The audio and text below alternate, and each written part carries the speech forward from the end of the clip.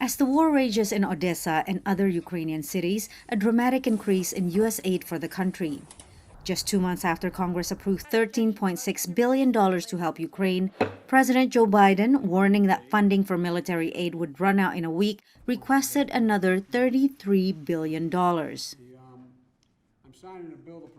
cost of the fight is not cheap, but caving to aggression is even more costly. That's why we're staying in this. Meanwhile, top U.S. intelligence officials said that Russian President Vladimir Putin appears to be preparing for a long conflict and the war in Ukraine is at a stalemate. Democrats, saying $33 billion was not enough, added $7 billion more. Russia is going to run out of money. They're going to run out of defense material. We've got to make sure that Ukraine does not run out of money, that Ukraine does not run out of defense material. Earlier this week, Biden signed legislation that was similar to a World War II law that helped European countries defeat Nazi Germany.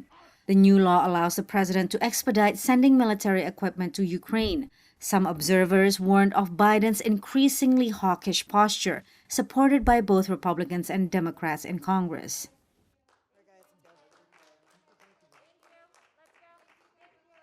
The consequences of more or less limitless military support to Ukraine with no end in sight, and the possibility of prolonging a war that poses real dangers to the security of Americans is, I think, a very serious subject that hasn't received the kind of serious debate in Washington that it deserves. Meanwhile, Congress could not agree on the $22.5 billion funding requested to combat COVID-19, including $5 billion for global pandemic response, and removed it from the Ukraine package.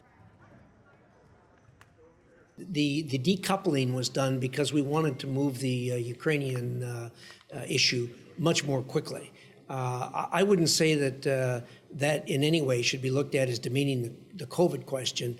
Just right now, I think the Ukrainian issue is biting us quicker and harder and more immediately than COVID is. Sure. Also Tuesday, Italian Prime Minister Mario Draghi came to the White House with the message that Europeans want a diplomatic end to the conflict. People think that at least they want to think about the possibility of bringing a ceasefire and starting again some credible negotiations. Biden did not echo Draghi's comments, and U.S. officials expressed skepticism that Russia is willing to talk. Patsy Widakuswara, VOA News, Washington.